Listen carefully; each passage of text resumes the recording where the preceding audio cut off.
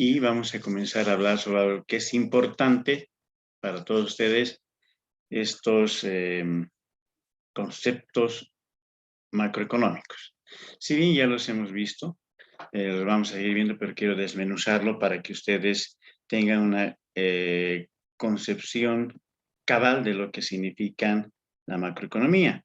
Para que nosotros vayamos haciendo ese análisis, debemos conocer primero los conceptos. ¿De qué estamos hablando? ¿Qué términos nosotros referimos al hablar, por decir, o al escuchar, pues en la televisión, la balanza comercial? ¿Qué es la balanza comercial? Si bien nosotros sabemos que es la diferencia entre las exportaciones y las importaciones, no solamente nos debe importar y que debemos quedarnos tranquilos con que, bueno, sabemos que la balanza comercial es deficitaria hace 7 años. Eso lo sabemos, simplemente por conocimiento, como un conocimiento popular, ¿no? La balanza comercial de Bolivia tiene un déficit hace 7 años. La razón, ¿cuál? ¿Por qué? A eso es lo que nosotros tenemos que ir analizando. No debemos contentarnos simplemente con que, pues el presidente del Instituto Boliviano de Comercio Exterior nos los diga. No nos sirve de nada simplemente saber que estamos con un déficit de hace 7 años. La pregunta es, ¿por qué tenemos ese déficit? Uno. Y otro, ¿en qué afecta a nuestra economía? Si bien nosotros sabemos que la balanza balanza comercial son las exportaciones menos las importaciones, bien, nosotros sabemos pues que importamos muchísimo, todo, absolutamente todo. ¿Y por qué? Básicamente porque no somos productivos, no producimos nosotros bienes para consumo propio. Y aparte de eso, todavía los exportamos. O sea, las exportaciones que nosotros tenemos en nuestro país están pues liderizadas por lo que significa la minería, hidrocarburos. Esas son las exportaciones tradicionales. Las no tradicionales, con ahora que se está entrando con la soya, el sorgo, el sector forestal, cuero, un poco de carne, pero eso no va a equilibrar la balanza. Se tienen que tomar muchas decisiones que pueden afectar incluso al medio ambiente, el hecho de que nosotros tengamos que importar tanta gasolina subvencionada además, tanto diésel subvencionado además, y pudiendo nosotros producirlos. Bien, ahora hay algunas salidas, algunas propuestas como el etanol, pero eso implica ampliar pues la frontera agrícola. Tengo que comenzar a ampliar más, o sea, para poner caña, y de esa caña voy a sacar el etanol, el alcohol. Entonces, la macroeconomía tiene que ocuparse de hacer ese análisis. Los economistas, los macroeconómicos de nuestro país tienen que hacer análisis. ¿Qué tanto me conviene ampliar la frontera agrícola para poner caña y poder tener etanol, o me conviene tenerlo ahí como bosque primario o bosque secundario? Ellos tendrán que hacer un análisis financiero para determinar si efectivamente es conveniente, pues, sembrar caña o seguir importando, o poner una refinería, no sé. O sea, ese es el análisis que tenemos que hacer. Pero dentro de usted, por eso decía que es importante conocer los términos macroeconómicos en su real concepción y aplicados a nuestra economía. O sea, nosotros podemos decir, es fácil para nosotros tomar cualquier libro, podemos tomar el libro de Mankiw y podemos revisar todos estos conceptos. O entrar al Internet con nuestro amigo Google y revisar los conceptos. Pero ya les decía, lamentablemente, estos conceptos no son pues aplicables a nuestra realidad. Estos conceptos son conceptos genéricos que sí tenían que aplicarse en todo el mundo, pero las economías grandes no son pues igual a la nuestra. O sea, nosotros tenemos que tener un análisis propio, un análisis criollo, o sea, de nuestro país.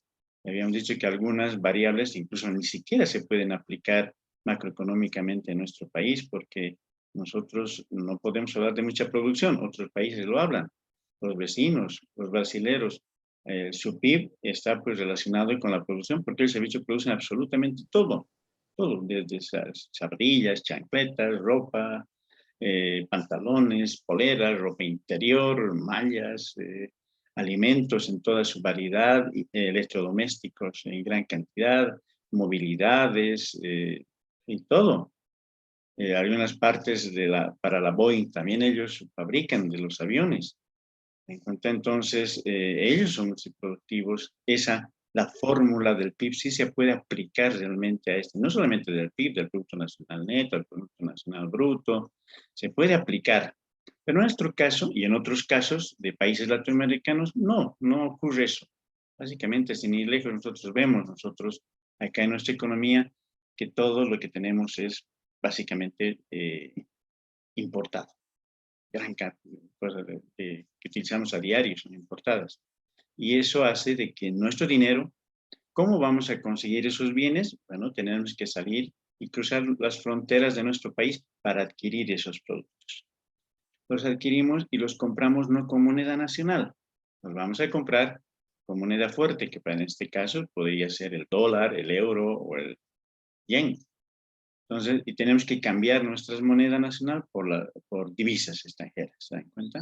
Salimos y compramos televisores y todo afuera, y se queda ese dinero, que es una reserva, una garantía de nuestra moneda.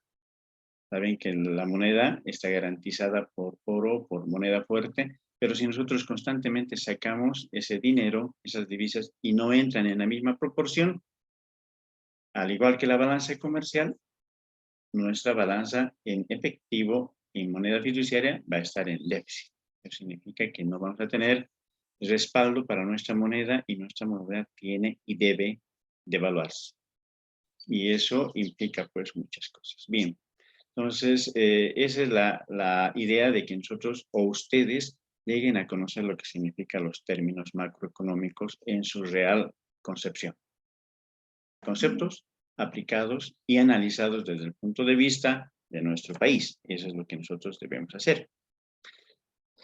Creo que entre todas los términos que vamos a ir analizando y entre toda esta lamentable pandemia que nos ha tocado vivir, algo que muchas generaciones no lo han vivido, desde el 1920, con la gripe española,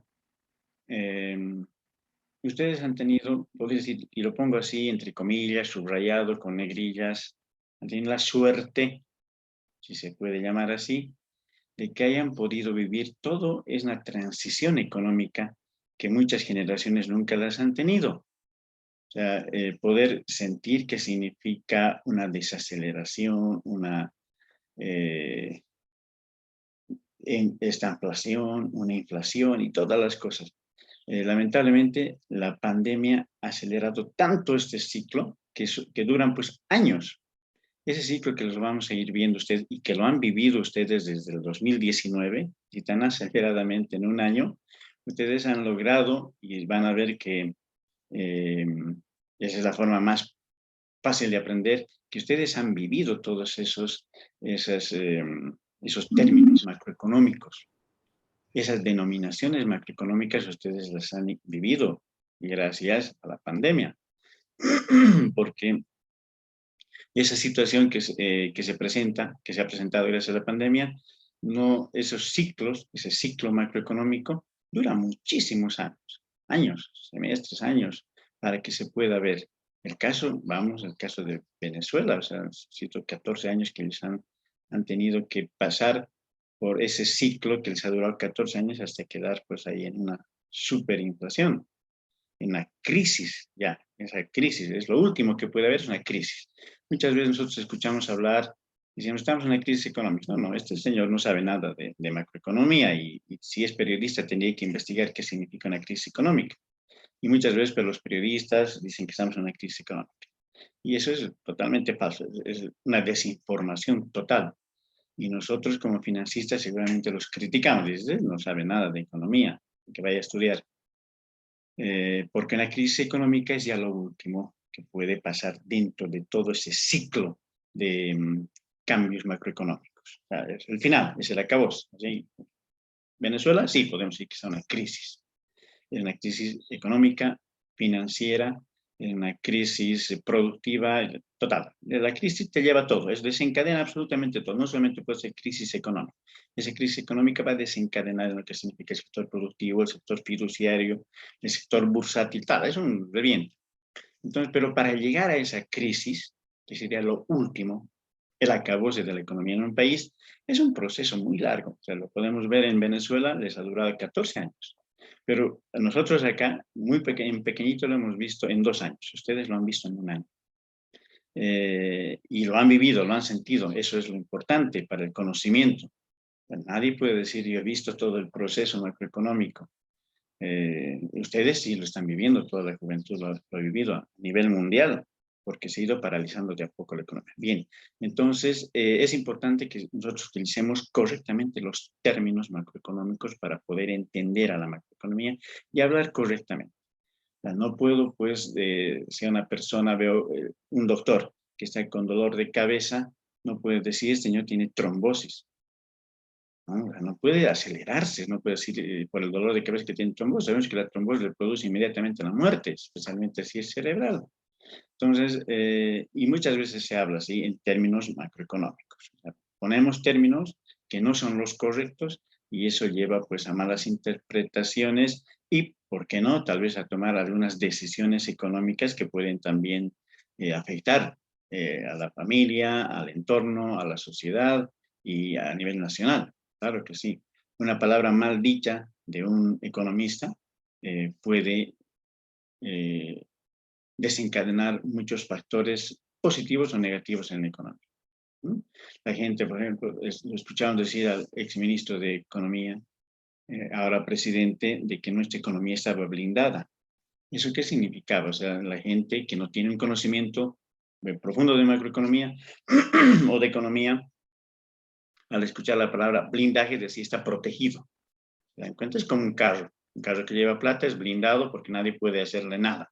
Entonces, si nuestra economía está blindada, podemos suponer de que tenemos una excelente economía, que estamos bien, que no me tengo que preocupar, que podría llevarme a hacer algunas inversiones, sacar mi platita, convertir mis dólares en bolivianos, y eso me podría desencadenar pues una crisis económica futuro. Pues no puedo decir, o sea, que está la economía blindada. Tengo que decir que la economía pues se está desarrollando como lo exige el país o algo así, pero no puedo asegurarles. No puedo asegurar también que mañana va a haber una devaluación. Imagínense si yo digo que va a haber una devaluación o alguna persona utiliza ese término, la gente va a ir a correr al banco, va a sacar todo su dinero y hay una corrida de fondos. Los bancos se quedan sin dinero y eso me va a llevar a una crisis, me va a llevar a una crisis financiera. Entonces, estos términos son muy importantes que nosotros los vayamos a analizar. Y si lo escuchamos, decir, nada, están equivocados o realmente preocupar, investigar y preocupar. Bien, entonces nosotros vamos a comenzar. ¿Qué es lo que ocurre en una economía normal? Una economía normal, básicamente, comienza en los recursos naturales, estos sean estos renovables, no renovables, y en el aprovechamiento de estos. O sea, lo dice el concepto de economía, la administración correcta de los bienes o recursos que por lo general son escasos. Entonces, si nosotros administramos todos los bienes y recursos y los distribuimos entre toda la población, va a haber una tranquilidad social y económica. Esas serían condiciones normales. Que la gente tenga, que el Estado tenga recursos para proveer trabajos, que la gente tenga su trabajo, que el Estado pueda proveerles educación, salud y fuentes de ingreso. Y esa es una estabilidad social, un país vive bien. Muchos países europeos lo hacen así, están viviendo así, tranquilos. No se preocupan la gente de que si se enferma, ¿dónde va a ir a consultar? O básicamente no va pues al médico. O sea, en nuestro país la gente no va al médico. Una consulta le cuesta 200 bolivianos. Y solamente consulta para que lo mire, porque ni siquiera le dice nada. Le dice, no, no puedo decirle, sabe, tiene que sacar análisis. Y le da un chorizo de análisis, que cuestan desde 70 bolivianos hasta 3.500, era un examen. Entonces, para que le digan, ay, no tiene nada de cestito, o que pueda sanar. Pues nosotros no tenemos esa posibilidad. Una resonancia magnética está hasta unos 3.800 bolivianos. Entonces, ¿quién se puede hacer una resonancia magnética si su sueldo de 3.800 y el sueldo que tiene es 2.000? No va a ir a asistir al doctor. Tendría que darle, el Estado debiera. Entonces no hay una tranquilidad social, una preocupación. Tanta gente que no tiene trabajo, no hay una tranquilidad social ni económica. Entonces, si serían condiciones normales, sería esa, ¿sí? Aparte, toda la gente produce, toda la producción que tiene, primero verifica que haya un consumo interno, que todos los habitantes y estantes de ese país puedan consumir ese producto que este fabricante realiza. Y todos los excedentes de esto, que los pueda exportar afuera. ¿Sí? Eso. Y que pueda importar lo menos necesario, solamente materia prima, para poder ponerle un valor agregado y exportar. Esas son condiciones normales de economía. ¿Sí? ¿Que hay algunos países que es así? Claro que sí. Y otros que no, lamentablemente no. Entonces, en condiciones normales, si es que comienza a haber alguna pequeña crisis, ya va teniendo su nombre. Entonces, vamos a pensar que nosotros en nuestro país estaba en condiciones normales, que producíamos, que exportábamos bastante y que importábamos muy poco, que teníamos servicios de salud, educación y todo. Vamos a imaginar un país hipotético, ¿sí? ¿Qué es lo que pasa? Si hay una pequeña desestabilización, lo primero que nosotros, el primer término macroeconómico que nosotros vamos a ir utilizando, para nosotros va a ser la desaceleración. Desaceleración económica. Y es un término que se utiliza siempre cuando está comenzando algún desequilibrio en la economía.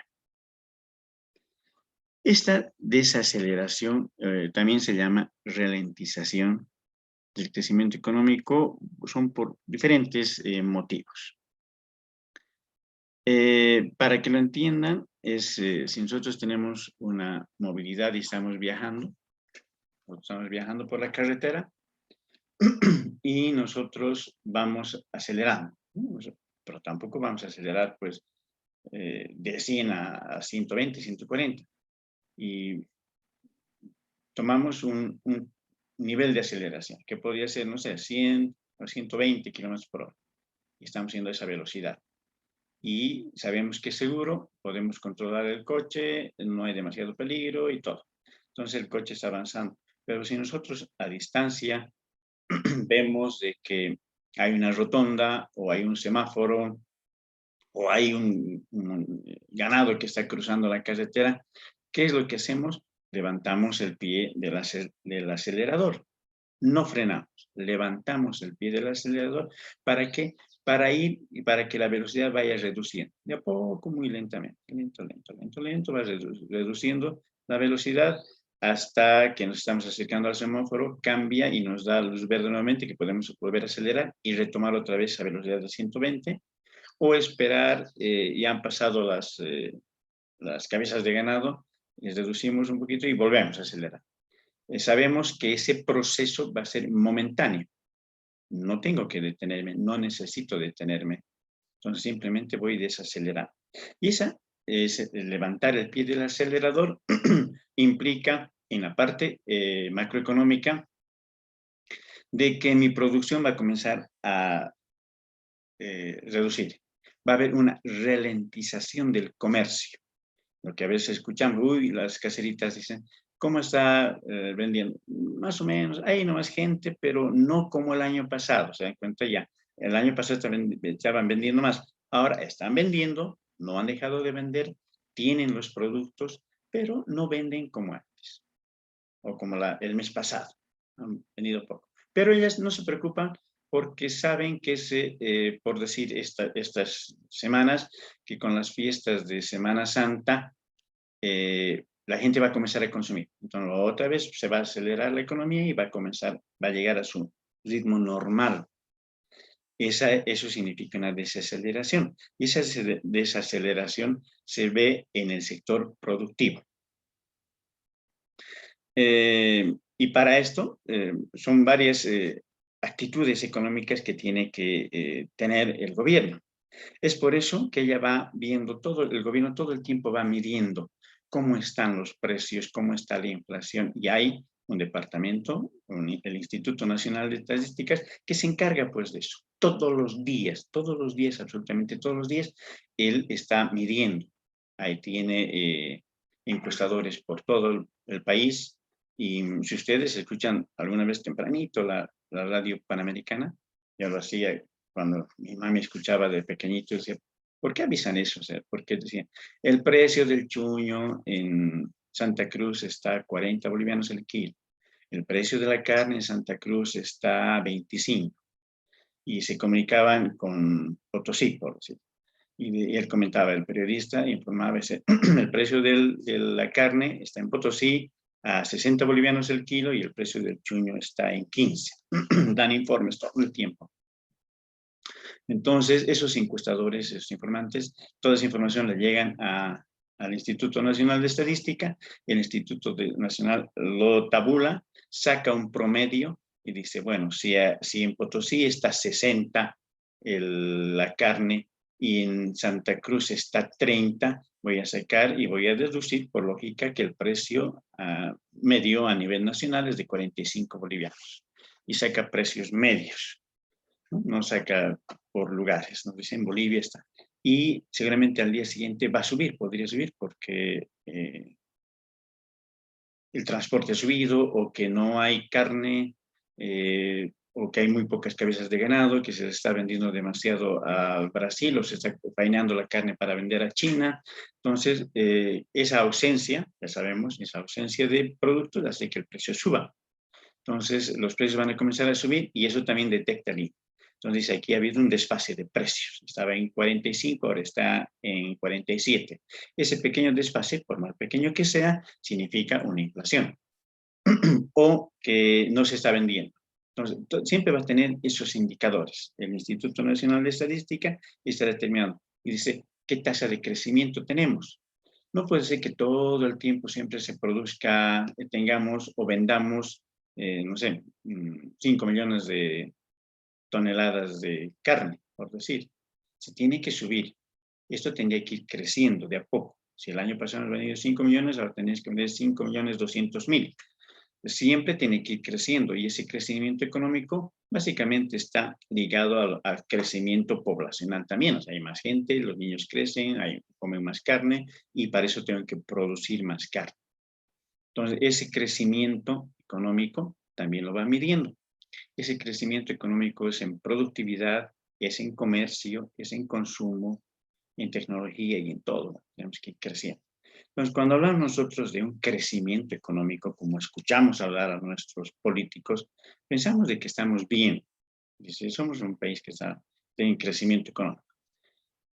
Ese crecimiento económico no solamente es pues consumo. Ustedes ya tienen que sacarse de la cabeza. El hecho de que yo compre mucho, ¿significa que estoy creciendo? No, porque no estoy produciendo. Yo tenía que producir y consumir lo que estoy produciendo. Pero si yo solamente consumo, significa que mis ahorros los estoy gastando. Y va a llegar un momento en que no tenga ese dinero. Entonces, crecimiento, para nosotros debemos entender que significa productividad, no tanto comercio. No tanto comercio. Entonces, esa desaceleración va disminuyendo las actividades económicas. De a poquitito, muy suave. No es, incluso, no se siente mucho. Aquí tenemos un cuadro que voy a mostrar. Este cuadrito nos indica acá la variación acumulada del Producto Interno Bruto. Este informe, nosotros podemos ver que aquí, desde 2017, 2018 y 2019. ¿Por qué no lo pongo el 2020 acá?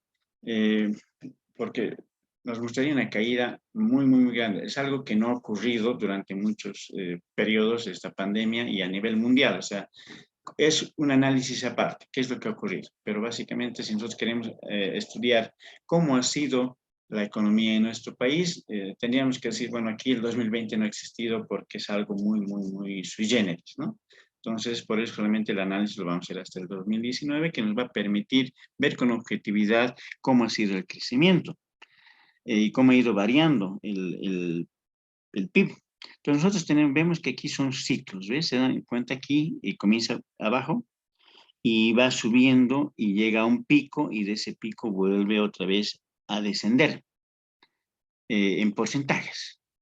Entonces, cuando nosotros estamos hablando, siempre, en economía siempre va a existir ciclos económicos, siempre. Esos ciclos económicos, por lo general, los economistas dicen que están entre 8 y 15 años. Es un ciclo de subida y de bajada.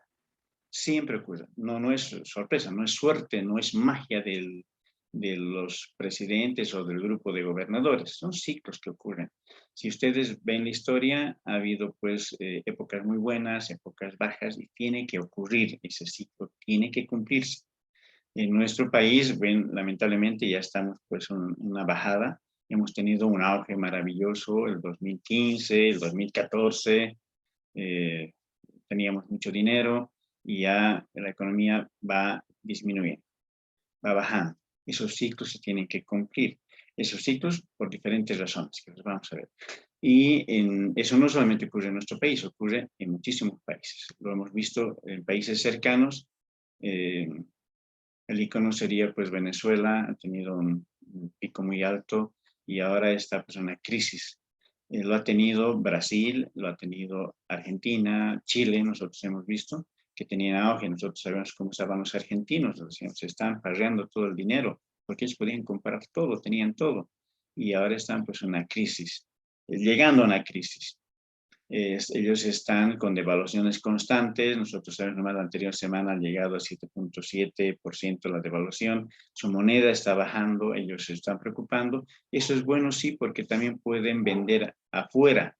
En cuenta, motiva la exportación. Y nosotros nos sorprendemos porque vamos al mercado y vemos una infinidad de productos que nos están invadiendo, los productos argentinos, brasileros y hasta chilenos, peruanos también. ¿Por qué? Porque ellos han devaluado su moneda y hace de que sea conveniente exportar. Y están exportando y nosotros estamos, pues, bueno, exportando o metiendo de contrabando, igual porque los precios de aquí son baratos. Entonces es competitivo. Y para ellos es entrada de divisas. O sea, cuanto mayor producto saque, es mayor entrada de divisas a ese país. Y lo que ellos quieren son divisas, no quieren moneda baja, moneda que no tenga valor. Entonces vemos nosotros aquí estos ciclos que van a ocurrir.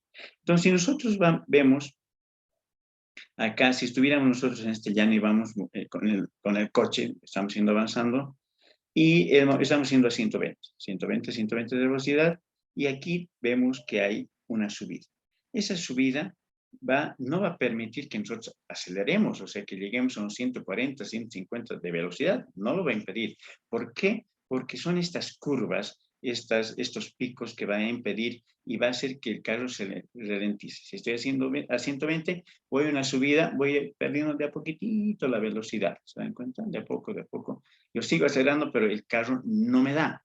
Ya no va a permitir que vaya a 120 como en un llano. Eso va a ir reduciendo. 115, y llegaré hasta 70, ya se siente que voy a ir hasta que alcance otra vez este pico. Aquí me va a costar. La economía se ha ralentizado, se ha vuelto lenta. Pero llego aquí al pico y en la bajada ya voy a volver otra vez a tomar, seguramente voy a tomar una velocidad hasta de 160, pero llegando al valle voy a disminuir por seguridad. Por seguridad voy a disminuir, voy a continuar en 100, 120. Entonces, eso hace, estos ciclos hacen de que al subir estos precios, la economía se va ralentizando. Y eso ocurre pues en todos los países. Bien, cuando nosotros estamos hablando de esta ralentización que existe, esa reducción no significa que sea un dato negativo, no es decir, estamos perdiendo. La caserita no dice, estoy perdiendo, dice simplemente, ha disminuido las ventas. Señora, ¿sigue ganando? Claro que sí, sigo ganando, no como antes, pero estoy ganando. ¿Me cuenta? Entonces, estos datos siempre van a estar sobre el cero. El cero para nosotros es crisis, ya, no hay más, no hay. No, siempre están sobre eso. Si vemos nosotros una desaceleración, en el segundo trimestre del 19 ha crecido, dice, con 3.5, y el siguiente trimestre ha vuelto a bajar, lo que veíamos en el anterior, en la gráfica. Aquí tenemos un llano que ha comenzado a subir y luego vuelve a bajar.